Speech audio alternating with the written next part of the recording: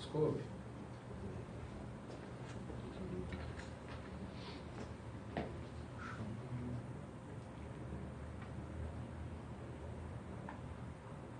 Som. Apareceu primeiro aqui, já. Ligado ali, ó. Ligado? Uhum.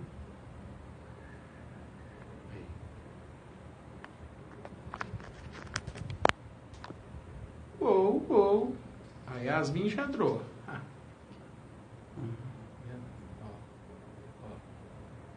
Ficou? Vamos lá, o Thiaguinho Cardoso aí. Oi, Thiaguinho Cardoso aí. Thiaguinho Cardozinho. Eita, Thiaguinho Cardozinho. Tô igual o Pro, igual o pano de filme. Cuidado se não se enforcar aí. Vamos lá. Deixa eu... Agiliza aqui, ó. Tô igual o Pro vai pôr o microfone, dá 2 voltas no pescoço. Tentando suicidar. Vamos lá. Beleza aí, Rony? Podemos? Opa, é nóis. Vamos lá, nós vamos transmitir aqui no Periscope e depois a gente coloca na plataforma, tá? Pelo YouTube e pelo Face, depois de editado. Vamos lá então. Beleza?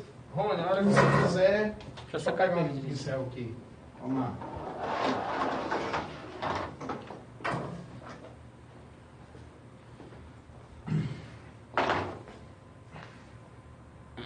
Beleza, pelo Face ou pelo YouTube você consegue ver os slides, tá? Aqui a gente tem que ir meio brutão mesmo. Beleza? Vamos lá? Uou! Começou? Agora começa? Deixa eu olhar uma lá.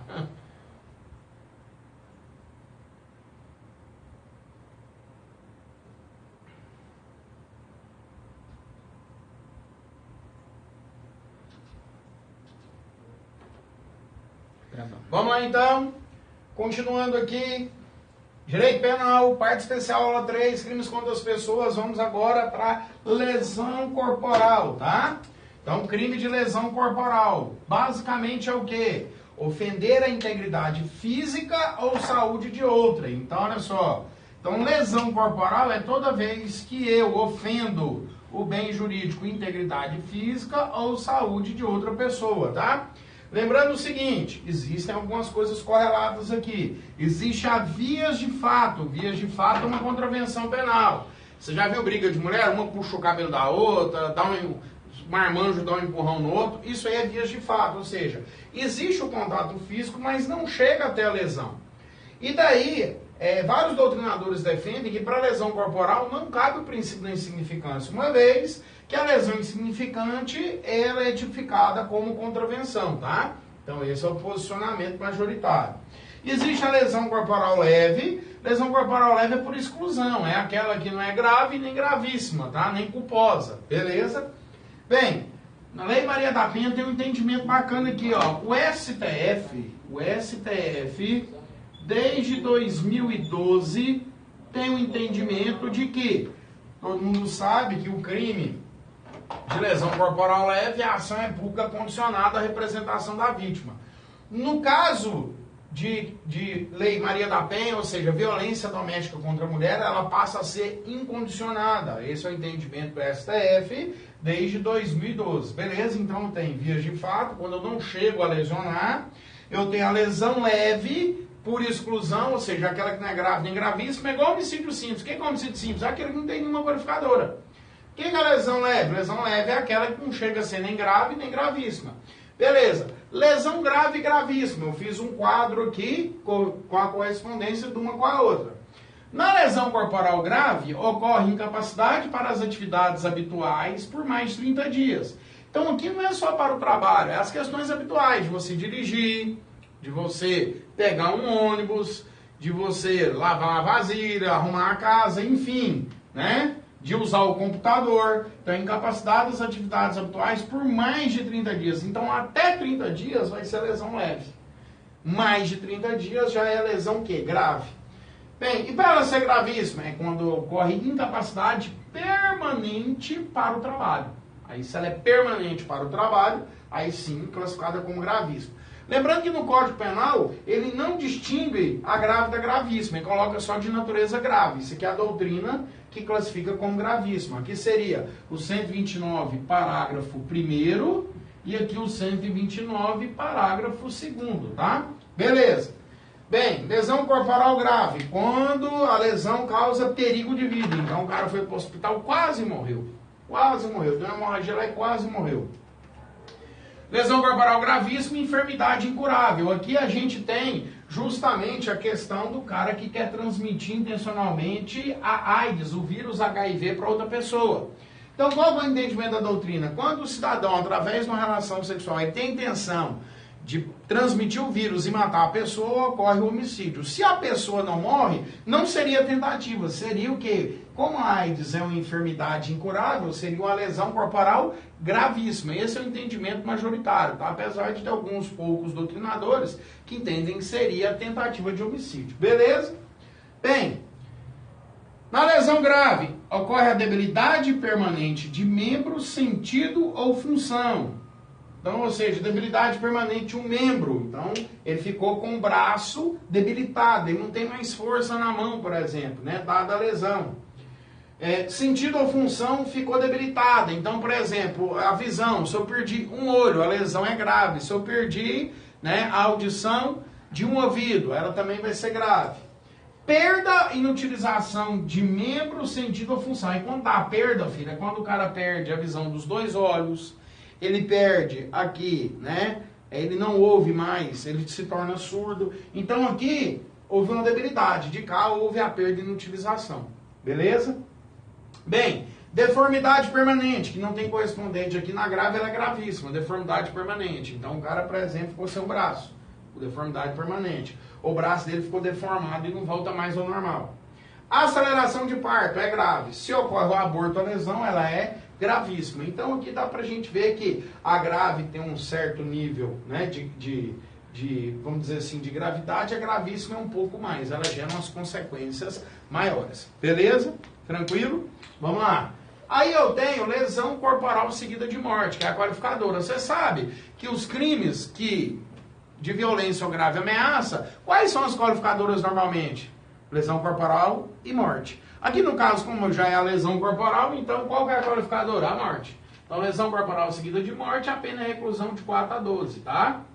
Quando é que eu sei que é lesão corporal seguida de morte e quando é que não é homicídio? É justamente a intenção do agente. Isso aqui é um crime préter-doloso. Imagine você o seguinte, estou jogando bola, né, com o chuchu, aí eu passo lá a bola no meio das canetas do chuchu, ele apela comigo. Aí o que ele faz? Ele pega uma pedra, a intenção dele é jogar a pedra na minha cabeça para eu me machucar, para me causar uma lesão. Aí o que acontece? Ele joga a pedra, bate na minha cabeça, eu perco o equilíbrio, bato a cabeça meio fio e acabo falecendo. O que acontece? É uma lesão corporal seguida de morte. Isso aqui é um crime préter-doloso, préter-intencional, que não admite tentativa. Beleza? Eu tenho a lesão corporal privilegiada também, que o privilégio é igual ao do homicídio, artigo 121. Qual que é o privilégio lá? Quando eu cometo um crime sob violenta emoção, valor social ou moral, logo após a injusta agressão da vítima, lembra disso? Então, para a lesão corporal eu tenho o mesmo privilégio. Substituição da pena. Bem, não sendo grave a pena, eu posso converter a detenção em multa, tá? Em que caso? Em casos de lesão recíproca, ou seja, houve lesão recíproca entre as duas pessoas, ou aqui no caso da lesão corporal privilegiada. Beleza? Vamos lá? Lesão corporal culposa. Existe uma versão culposa. Lembrando que dos crimes contra as pessoas, até agora os que nós estudamos, que tem a versão culposa é só o homicídio ou lesão corporal. Detenção de 2 meses a 1 ano. Causa de aumento de pena aumenta de 1/3 se o caso de lesão é idêntico ao parágrafo 4º e 6º do 121. Aí nós vamos ter que nos remeter lá ao artigo 121, lá no homicídio, para saber quais são esses parágrafos. Lembrando que cabe perdão judicial para lesão corporal culposa, porque está prevista lá no artigo, parágrafo 5º do 121 também. Quer ver? Vamos lá. Vamos dar uma olhadinha nisso daí. Deixa eu só colocar aqui para você colocar na tela aí, Rony. Artigo 121, parágrafo 4º e 6º. Põe na tela, põe na tela. Vamos lá, olha só. Parágrafo 4º. Então, são causas aqui que aumenta de 1/3 a pena da lesão corporal, porque ele aumenta também no caso do homicídio. Olha só, parágrafo 4º. Ele fala assim, no homicídio culposo, aqui no caso lesão corporal culposa, a pena aumentar de 1/3 se o crime resulta em inobservância de regra técnica, de profissão, arte ou ofício, ou se o agente deixa de prestar socorro à vítima, não procura diminuir as consequências de seus atos ou foge para evitar prisão em flagrante. Então o cidadão vai lá, ele é cirurgião geral, quer pagar de cirurgião plástico, vai lá e lesiona, mutila uma mulher. Então, no caso, ele responde com aumento da pena de 1/3 dessa lesão corporal, né? Aí eu vou ter que saber se ela é grave, gravíssima ou leve, eu tenho que classificar, tá? Sendo dolosa que a conduta, sendo então a lesão corporal dolosa, a pena aumentada de 1/3 se o crime é praticado contra a pessoa menor de 14 ou maior de 60. E o sexto, a pena aumentada de 1/3, a metade, se o crime for praticado por milícia privada sob pretexto de prestação de serviço de segurança ou grupo de extermínio.